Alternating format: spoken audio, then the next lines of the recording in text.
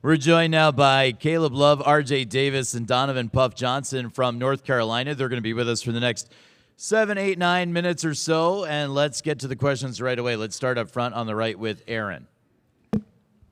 Aaron Beard with the AP. This is for Caleb. I was wondering if you could describe the mentality it takes to do what you've done in some of these games where the first half maybe you don't shoot well and then you get going. The Syracuse game, you win a whole game where you couldn't hit anything and then came through in the clutch. How do you do something like that and be successful? Just never losing your confidence. I know what work I put in and how much time I put in the gym, and I feel like my confidence never wavers. That I know that I can come up big in late moments and do what I do. We'll go up front on the right side, Billy. Billy Witz with the New York Times. RJ, some of your teammates were just talking about Coach Davis and just the just way he talks to you guys, and just guy who played here and coached here. Are there any stories that stick out in your mind that he's related to you about kind of his playing days, and whether it's in a Final Four or just playing Duke or some other moments that resonated with you? I would say that just his stories about his time as a UNC player, his times as when he was in the NBA playing for the Knicks, just the motivation and passion he played with, and that his personality is like a dog mentality. And I think that when he speaks to us, it definitely gets us motivated when he's telling the stories, and it definitely gets us fired up to play. So we definitely appreciate him relating those stories to us. Very center of the room, guys. Andrew Jones, Tar Heel Illustrated. For RJ and Caleb, Coach has talked earlier in this year a few times about how you guys had a little trouble dealing with prosperity. You'd play well for a week or so, and then something would happen. Have you gotten to a point now where you don't have to worry about dealing with prosperity, especially given the fact that what you achieved the other day and the stage that you're on now? We're going to ask Caleb to take that first, and then RJ. Yeah, just not getting complacent. I feel like in the beginning and the middle of the season, we'll win a couple games and get complacent or relax and feel like we got it made. But just knowing that, next game mentality, and not getting satisfied with winning big games or winning a few games in a row. So I feel like Coach Davis put that in our mentality, and ever since then, after the Miami and Wake Forest game, it just shifted. RJ. To piggyback on what Caleb said, he's always preaching our practice, our preparation, our play. And I think we really took that and put that in our minds, and we carried that along the way. So right now we're just working on our preparation, getting ready for the next game. And I think that's carried on the way how well we're playing successfully as a team. Guys, we're going to go in the third row on the left, all the way on the aisle.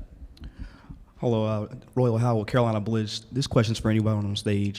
There's been a lot of buzz on social media lately as far as Carolina potentially being the Cinderella team that's appeared in 3 of the last 6 Final Fours. Is it a fair assumption to say that Carolina is a Cinderella in this year's Final Four? Puff, do you think Carolina's a Cinderella? Honestly, I don't think we're a Cinderella team, just because I knew that from the beginning of the season I felt like we could do this as a team. And honestly, throughout the whole season, we knew that we were capable of making it this far. So in our eyes, I feel like we're not a Cinderella team. In the third row. Hey guys, Pat Welter, WRAL Sports. Questions for each of you. Hubert's got these sayings, right? Like energy, effort, and toughness. RJ was talking about practice, preparation, play. Everyone gets an opportunity. I mean, what do you guys think of those sayings and how they resonate with you guys? Caleb first, then Puff. It's just building our mentality, and every time he says something, it resonates with us, and we just try to, he always talks about playing with his personality. His personality is competing and showing up every game and showing up every time we on the court. So I feel like him giving us those sayings, it just, like I said, resonates with us, and we go out there and show it on the court. Puff, go ahead. Same question. Yeah, go on what Caleb said about playing with his personality. I think that's big for us, just because he's real fiery and real emotional, and I feel like when we carry that under the court, that's when we play our best basketball. On the right side on the aisle, Zach. Zach Braziller, New York Post.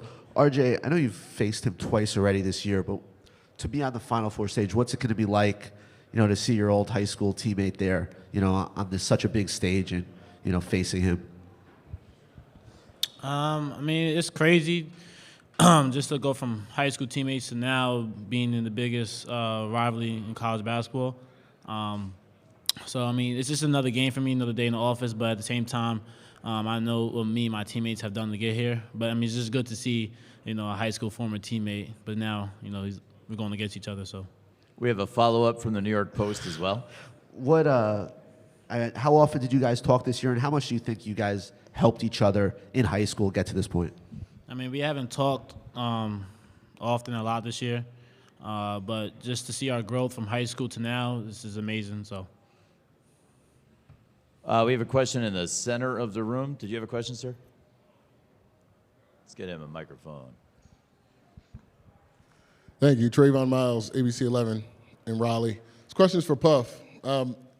How have things been for you for the way you gained your role in the middle of the season to this ride now? How have things been for you, and how have you kind of taken on this whirlwind? Since the beginning of the season and ever since playing basketball, my big thing is just trying to help the team in any way possible, whatever coach needs. And I'm not real focused in stats or anything like that. My big thing is just trying to make winning plays and plays that'll help our team at the end of the day have more points than the other team. So that's a big thing I try to pride myself on. Left side on the aisle. This question is for RJ, Luke DeCock from the NNO. If you ask players what sort of the turning point was in the season, some say the Wake game, after the Wake game, some say the Pitt game, the Duke game in Cameron. In your mind, when did things really change for you guys? I would say the Syracuse game. That was like we had a gut out win. That was like a down to the wire kind of game. And I think that's when things really started to turn for us. I think after that we played Duke, so it was more about we played together as a team that game. We executed plays down the stretch, and we maintained our composure. So I would say that was a turning point for the season. Last question is going to be right in the middle. We need to get a microphone from the left side. This is going to be the front left microphone. Final question. Thank you. My name is Lane Higgins. I'm from the Wall Street Journal, and this one's for either RJ or Caleb. But obviously, you guys saw what the team was last year, and I think your coach has mentioned that there was maybe some veteran pieces missing in the sense that, you're kind of learning the ropes on how to play your position all by yourself. And when you add someone like Brady Manek, who obviously has experience with another team, but has that veteran leadership and has the tournament experience, what kind of extra element has he brought to the team? Both down the stretch of the season and also in the NCAA tournament. Caleb first, then RJ, and then you guys are going to head down the hall. Having Brady is amazing all year. He opens up the floor a lot because he can shoot the ball so well. And so it opens up everything, driving lanes and stuff like that. So I feel like him being with us has been nothing but great. And, I'm grateful to have him as a teammate because he does make winning plays and he does compete every time he's on the floor. He's probably one of the most competitive players I've played with. So just having him has been great all year. RJ. I mean, Brady's a one-of-a-kind kind of player. The way he can shoot the ball, he's hard to guard, the way he moves well without the ball. It's been great having him, not just like on the court, but off the court. His personality brings a lot of laughter throughout the locker room, and it's just, I'm happy that he came to UNC, and I'm happy to be his teammate. We want to thank Caleb and RJ and Puff for joining us here in the main interview room. If we don't see you guys tomorrow, we want to wish you best of luck on Saturday. Thank you. Head coach Hubert Davis joins us at 1:50. So we have a 10-minute break here in the main interview room. Thank you very much, fellas. And thank you, everyone, for your questions.